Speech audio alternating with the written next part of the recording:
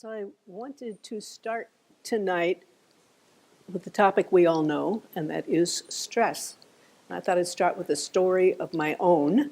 And this happened a few weeks ago, just before August 12th, in fact. I was at Giant, and I was returning something I bought there. And no problem, the manager up at the front gave me my money back.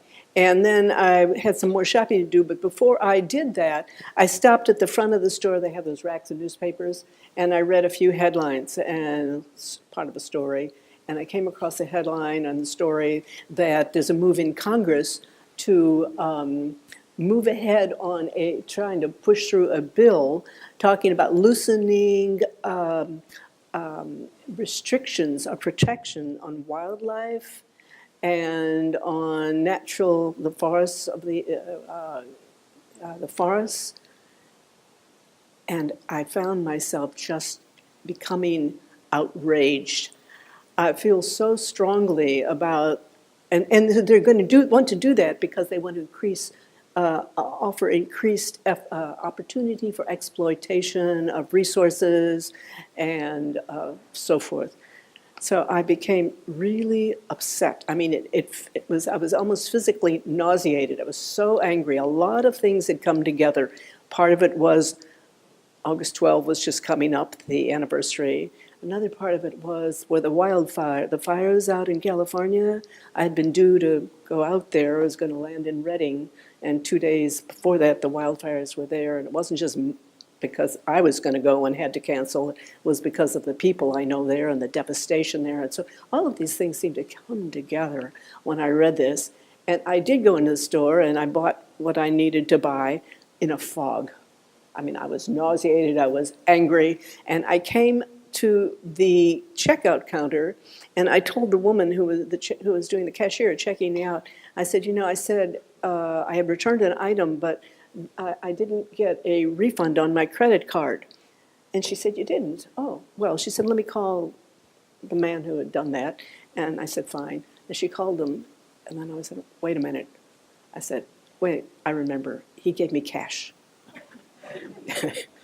I totally had blanked out. I mean, it was only 20 minutes before that, but I totally had blanked out. Now, I think she must have thought, a senior, having a senior moment. And I have senior moments, I would say. But this wasn't one of them. This was anger. It was really rage. And I realized, it just seems to me this is so emblematic of what's going on widespread amongst many people here in this country. Stress levels, I've got some statistics here. Gallup poll, it was late last year, said that 8 out of 10 Americans are experiencing significant stress. And then, according to American Psychological Association, nearly 60% of the adults of this country are stressed by the current social divisiveness, and on and on and on. And, I think none of us need be surprised at that. This is everything that's going on, whether it's in the politics nationally, and this is a rough ride, our politics nationally, but wherever it is, global warming, all of this is really, really stressful. It's what the Buddha called the First Noble Truth. The First Noble Truth, I will remind you, or tell you in case you don't know, he mentioned 4 of them, but we're only going to talk about, one, and then mentioning the other two of the others. The First Noble Truth is there is suffering in life. It's called dukkha in the ancient Pali language. We refer to it, talk about it often. It seems to be the core, it's a core around which many, many of our talks are focused. And I think we all know it so very, very well. Dukkha. I think if the Buddha had taught only that, he would have just passed this way along with the billions of other human beings that we would never have heard of him again, because we're all so familiar with the stress in life. I think many of us feel and go through some of these days with a sense of being brokenhearted, stressed, angry, bitter, whatever. It takes many, many different forms. The First Noble Truth, though, was only the starting point for the Buddha. because he said a lot of other things as well. And here is one of the things that I'd like to focus on and tell you that he said. And he said, live in joy, in peace, and in peace, even among those who hate. Live in joy, in health, even among the afflicted. Live in joy and love, even among the troubled. I said, wow, what a huge, huge teaching that is. And I think in this fraught world, it's something that we can do so well to both absorb and have as our aspiration. It sounds so big, though. I think we say, how? Sounds great. How do we do it? And that actually is what a lot of the Buddha's teaching is about, and that's the how. It's about how to put these, how to actually do these things, not just think of them and yearn for them, but how to do them. And what I'd like to do tonight is to talk about one important aspect of the how, one important aspect of how to live in joy, in love, in health and peace. How do we do it? And that is, I want to talk tonight about forgiveness, just one aspect of the whole, but about forgiveness. And I want to get there by way of talking about the first noble truth, that there is suffering in life. I want to look at it closely as I begin. I think usually when we hear that and think about it and work with it in our lives, we think about this first noble truth and the suffering in terms of our own personal lives. Are those dear to us? There's abundant opportunities for us to work with it. Yes? I mean, years, endless, goes on and on. But what I'd like to focus on now is I think that is only, there is a deeper understanding of the Buddha's first noble truth. And I think what he was pointing to, in addition to the suffering in our lives, is the fact that suffering is a part of life. Always has been and always will be. It's an intrinsic part of life.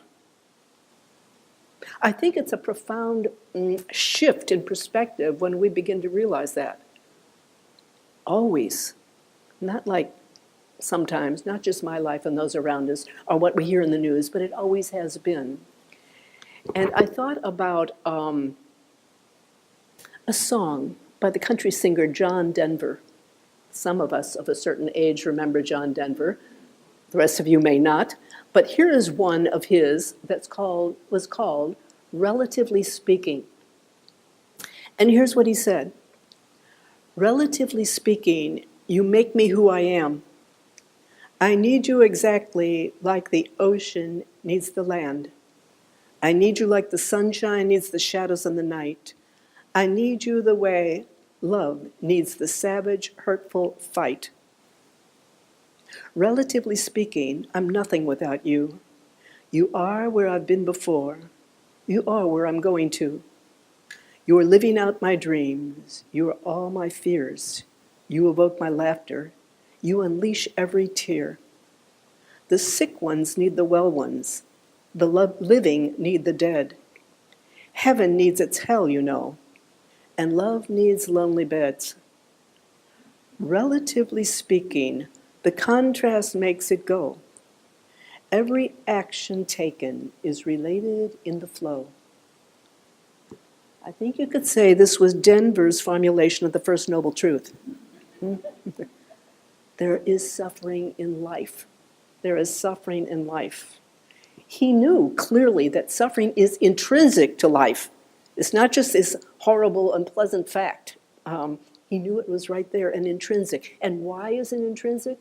I think if we think about it for a minute, we realize, you know what? It's because of the will to survive. That's survival. You touch a worm and it's going to retract from your finger like danger. Or a turtle retreats into its shell. Or if we feel that someone is imposing on our interests or something dear to us, we respond, we react, we want to defend. I mean, we humans are capable of loving intensely, and we can fight like hell, can't we? And do. And that's what happens on our personal lives. Certainly it happens between nations. Suffering.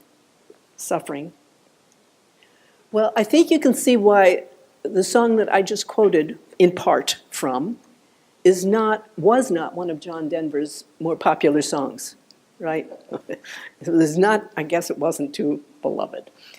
In fact, I have an album of Denver's greatest hits. This wasn't on it, so I was going looking for it. I finally found it. I guess it was in iTunes, maybe? No, on YouTube. And it appeared in only one album. It's like, okay, that was the message. I think that we would rather not think about this, that suffering is intrinsic to life, always has been, always will be. I think what we want to think is, wonders, why does love need savage, hurtful fights? Why does heaven need its hell? Which is what Denver was saying. I think we want to see the lion lying down with the lamb, don't we? We want to see goodwill on earth and peace to men and women and all forms of life forever and always. I mean, this is what's in our heart. We talk about, recite the lovingkindness prayer here many times. May all beings be well. May all beings be well. It's a practice. And I think many of us believe, or at least we hope desperately, that the suffering that is in life is just as a result of unevolved specimens of human life, and that consciousness just needs to evolve more and more, and then suffering will be a thing of the past, or at least radically diminished.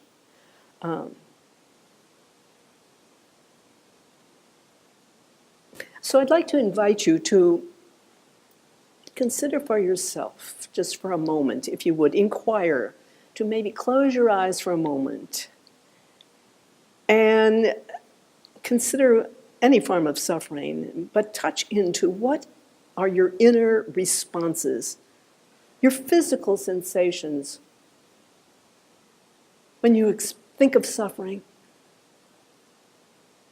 what happens for you physically?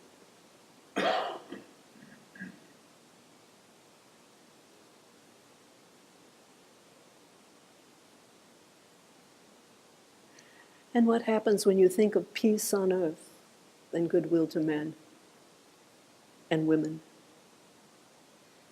Envisioning that for a moment.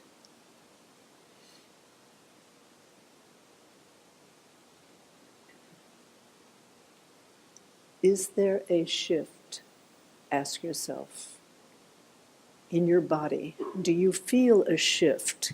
Can you experience it? When considering the ideas of peace on earth, the hope, and facing the reality, on the other hand, of suffering.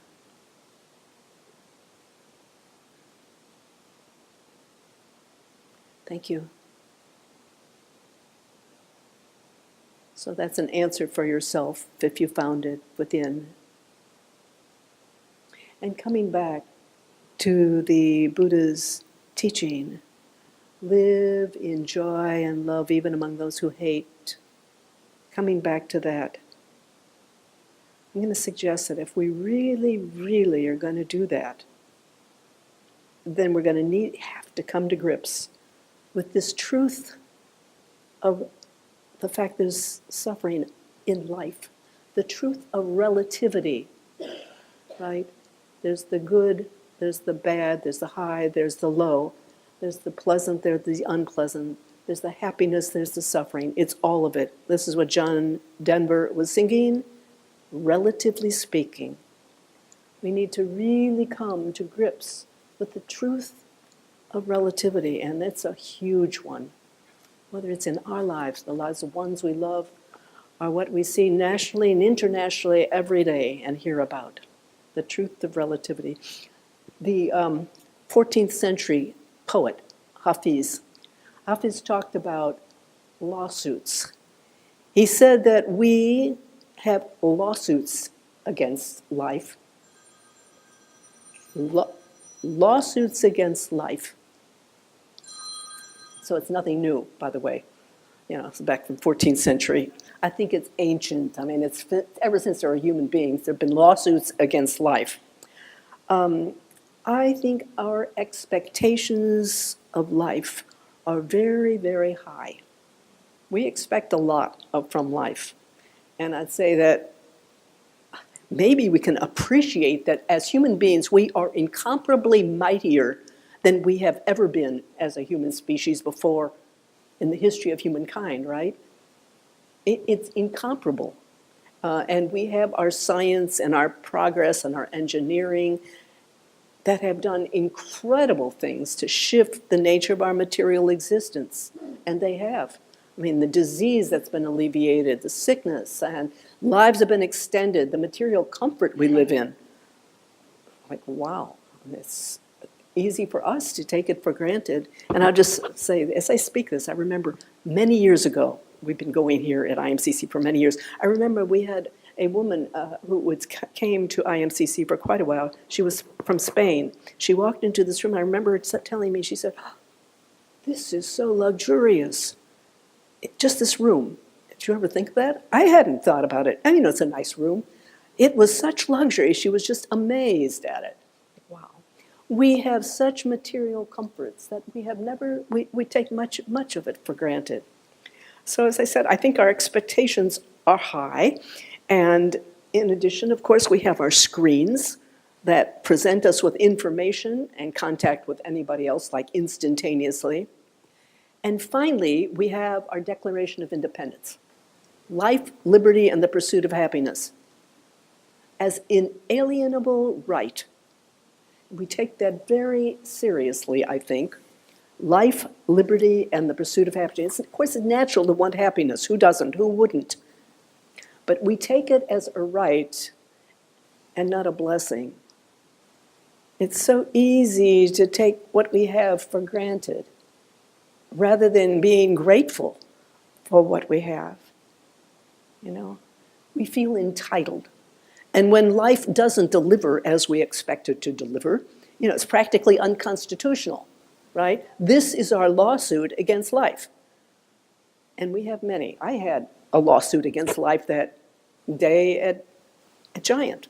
This was, I was raging around the store. I mean, it wouldn't have been obvious to the outside, but it was sure obvious to me. There's nothing in the world that's going to make us like what we don't like. We're never going to like suffering. And we can't strong arm ourselves into liking it. But what we do need to do is to begin to come to grips with the fact that we're going to need to forgive life for being life. Not like it, not approve of it. But there's a level on which we need to forgive life for being life, for including suffering intrinsically, if we're ever going to live in joy and love and peace. As long as we carry around wounds internally that are not, we don't tend to, we can't live in joy and love and peace. We can't do it. We need to work at forgiveness just as we work at loving kindness. And sometimes before we work at loving kindness, right? Because if we haven't forgiven, then we've got just that place where we can't forgive. Our heart is closed, hard, and embittered. That's not living in love and joy and peace. That's being closed up right there. When we talk about forgiveness, there are generally three dimensions of forgiveness. We think about forgiveness for ourselves, for what has been inflicted, we've inflicted on others. We might think about we need to forgive others for what they inflict on us. And finally, we need to inflict for harm we've done to others. And those we don't talk about here a lot. But there's a fourth dimension. And the fourth dimension is forgiving life for being life. And I was really touched and inspired recently when I heard a talk on Dharma seed by a teacher named Larry Young. And what Larry talked about, his title of his talk was The Courage to Love, the Practice of Forgiveness. And he talked about forgiving life as among those things that need to be forgiven. And he said we need to forgive the pain of the world. Like, wow, forgive the pain of the world. He's not saying like it. How can we? We can't. He's not saying don't work to alleviate it as we hope to, but to forgive it. It is naturally life, simply being life. So I think a first guideline, as we work toward this forgiveness, a first guideline, I think, is being mindful. Being honest with ourselves and noticing when we're really resisting life. It's presenting us with stuff that we just don't like. And all you have to do is flip on the news, and I think you'll have a barrage of stuff that you may not really not like, right? A barrage of stuff. Notice it. Certainly, I didn't notice it in that little story I told you about Giant. That, what I was carrying around with me at Giant was unforgiveness. It was a lawsuit. It was a lawsuit. I think that this kind of unforgiveness, these lawsuits, can become like wallpaper in our lives. We kind of just don't see them. There's just so much around, we just kind of walk through it. But it's there, and it takes its toll, doesn't it? So much wallpaper. We try to carry on in wholesome ways, in loving ways, constructive ways, and we got all this wallpaper that's hanging around. So the point that I'm trying to say is not really not approving, working as we need to work, but trying to embrace, grow big enough, be aware, mindful enough of our resistance. Breathe, open up around it, open up around it. Forgiveness is a little bit different than accepting. And here's where I think the difference is. I mean, technically, they could be the same thing, but I think when we think that we're accepting something, what we're really doing is accepting with an attitude. Oh, well, yeah, okay, I accept it. That's not forgiveness. See, when we accept with an attitude, we're still carrying around the pain, aren't we? In fact, we're contributing to it. You are, I am, because we're adding to our own pain. That's just contributing more to it. You see how it gets us? You know, like there's just not a choice here. Yeah, and it's a hard one to come to grips with. I think our let's say, pursuit of happiness so easily slips into the business of trying to control life. We want life on our terms to be our way. And to a certain extent, that's okay, it's natural, and it's good. But it's just when life has a way of continually getting out of hand, does it not? And that's when our lawsuit comes in. It shouldn't be like that. It shouldn't be like that. And it's also where the Buddha's second and third noble truths come in. Both of the second and the third noble truth have to deal with letting go, with surrendering. The second noble truth is the reason why you suffer, the reason why there is suffering in life, is because we can't let go. And the third noble truth is let go. We need to let go. We need to surrender. Right, when we start thinking about this is really powerful stuff. It's not easy. This is not at all easy. So what are we doing? We're being asked to surrender to reality when it's facing us, to recognize, whoops, this is real. And we can try to fight it, resist it, and we're creating more suffering, our own suffering in this case. So it's a process. It's a long-term process and an ongoing process. And as I said, I think sometimes it even has to precede loving kindness, which we practice. We've talked here a lot about loving kindness. But we need to open our hearts first, or notice where they're closed.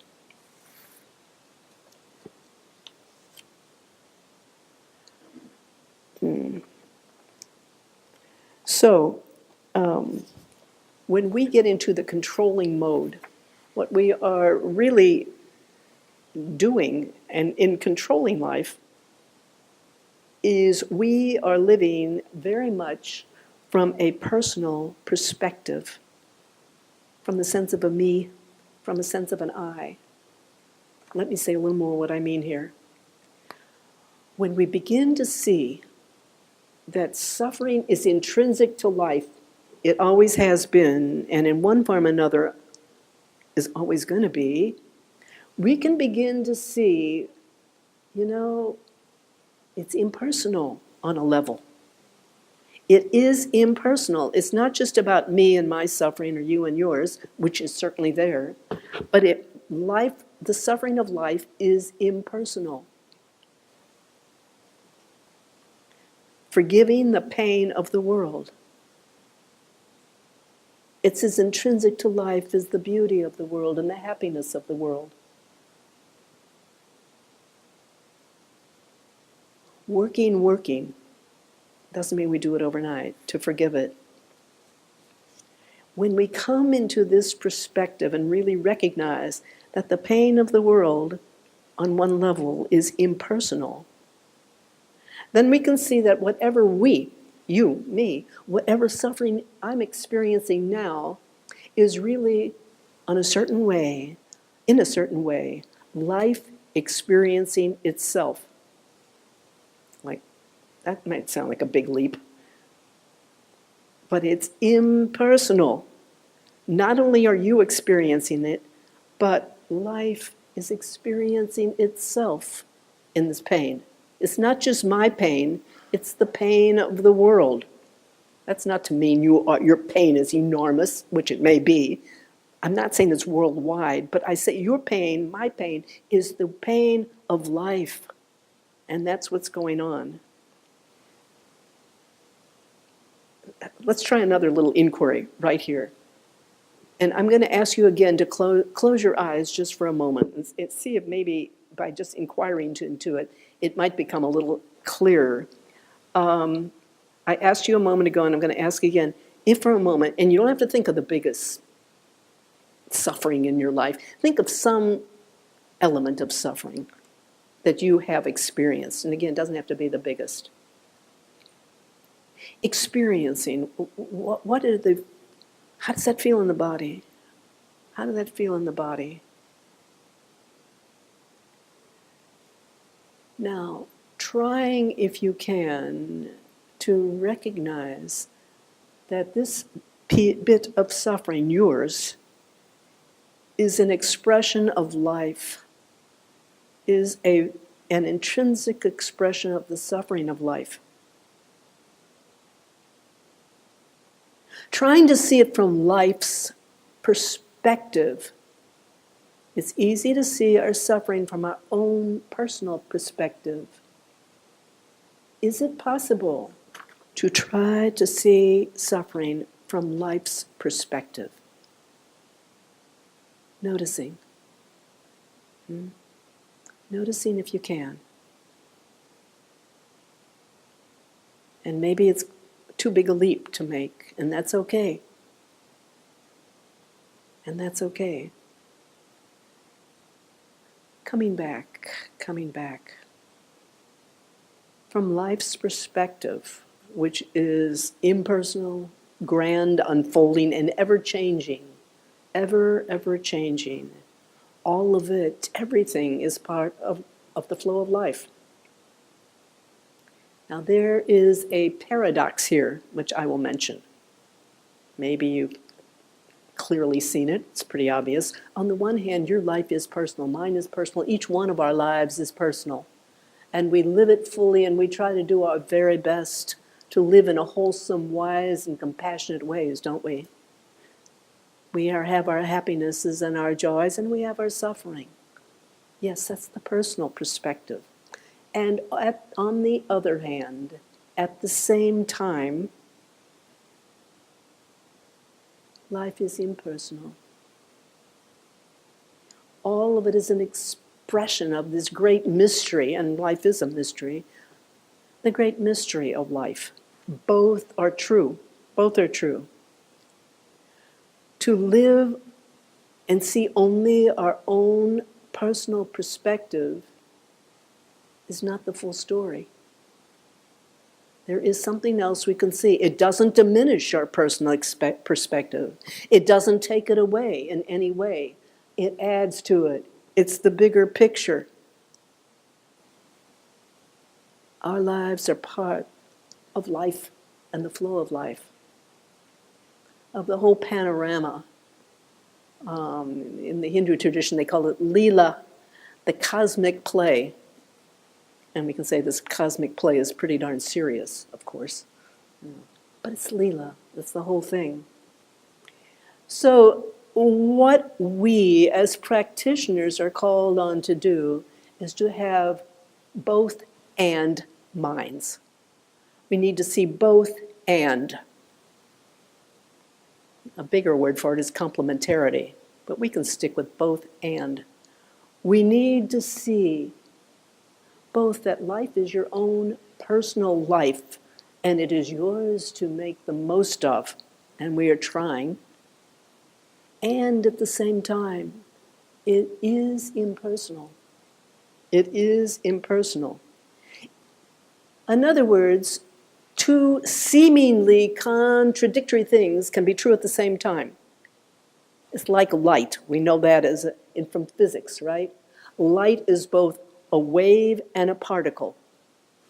Both a wave and a particle. So life expresses both on our individual levels, and it expresses also impersonally. It expresses also impersonally as well. We can practice, and we do practice loving kindness sincerely. May all beings be happy, and we know that all beings aren't always going to be happy. It's not going to happen. We can do our very best to eliminate suffering or alleviate suffering, and we know that our efforts will never be enough. We can suffer with the pain of the world, and we can live in joy and love and peace. Both and.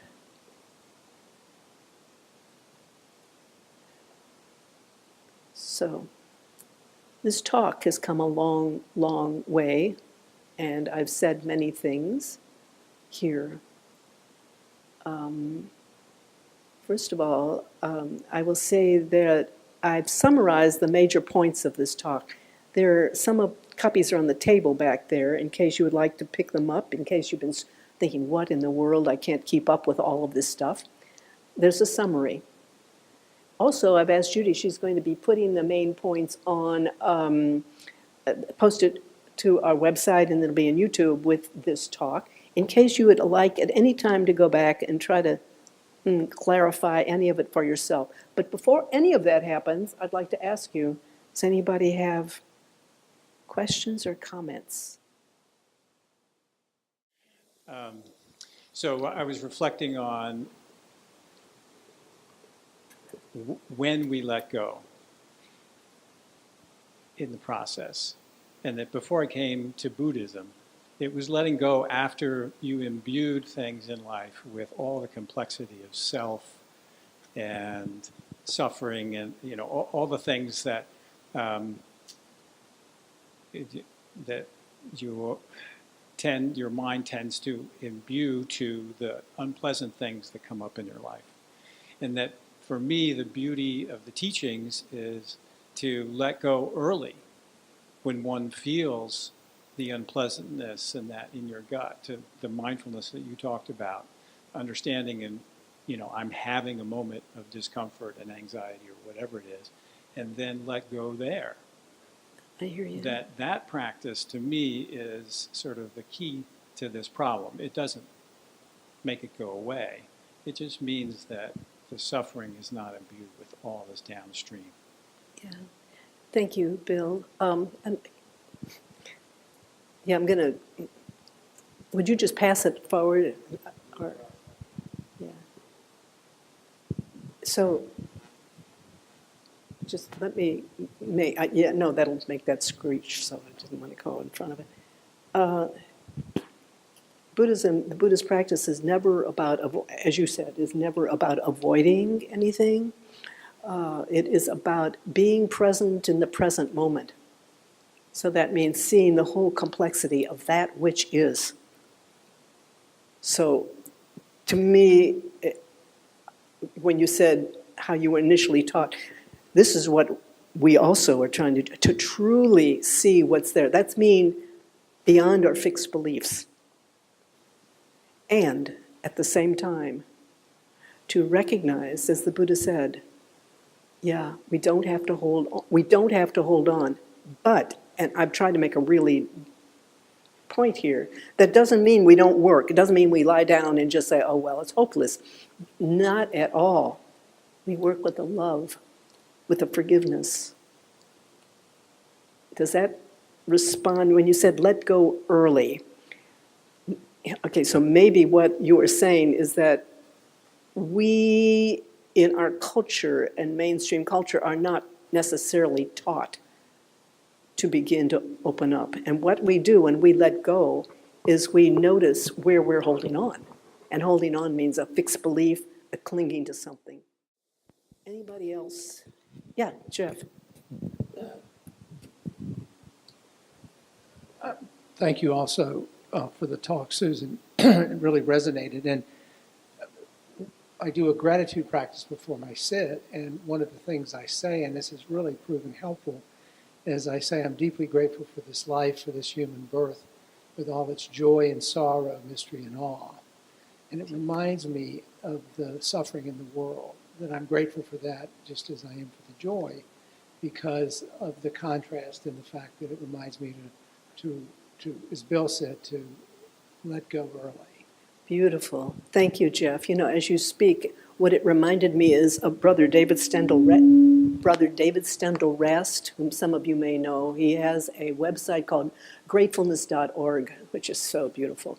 But he's had an interview with Krista Tippett, and his comment, he grew up during World War II, he was a teenager, and Germany occupied Austria, and she was asking about the suffering then. And then she said, so how can we be grateful? Because this is just what Brother David says, being grateful. He says, we don't have to be grateful for what's in our life, but being grateful for the moment of being there. And I think you were saying the same thing. Very beautiful, very wise. Thanks. Anybody else? Just addressing Western civilization, or maybe human nature. I know we talk about alleviating suffering, but I think there are some mindsets and some almost perverse parts of people that kind of get addicted to grievance and being put upon. Like I'm just going to go right ahead and say it. We have an occupant of the White House who is always aggrieved. It's always somebody has done something to me. And I think there's a certain addiction in some people to, I kind of like to suffer. I kind of like to be the one who's, somebody's doing something mean to me. And I guess I'm just wondering, what do you it's not ours to fix, I know. But yeah. I mean, I do think there's that perverse part of human nature that you can kind of get addicted to liking to suffer. Okay, so thank you for that, Chris. Yeah, and we can call it, yes, something that our practice is about working with ourselves. I know, and what you're talking about can be attributed to life being life, and including suffering, and including individuals and groups who hang on to suffering. That's life. This is what we are talking about. It is intrinsic to life. And we needn't go in, I certainly won't go into talking about our president, because that's not what we're here to do, but recognizing, yeah, this is suffering. Huge suffering. And the most we can do is we're working with ourselves. We've got to do our own practice. No one of us can make anyone else shift, change. We can only be the best we possibly can, and that's a huge task. So, you know, it's a never end. We got more than enough stuff on our plate to work with. But yeah, thank you. Yes. So we are a minute or two past time, and I want to remind you, if anybody would like to pick up, I think there's still probably a few summaries on the table there of tonight's main talks. You're welcome to do it, and we will see you all in next week. Thank you.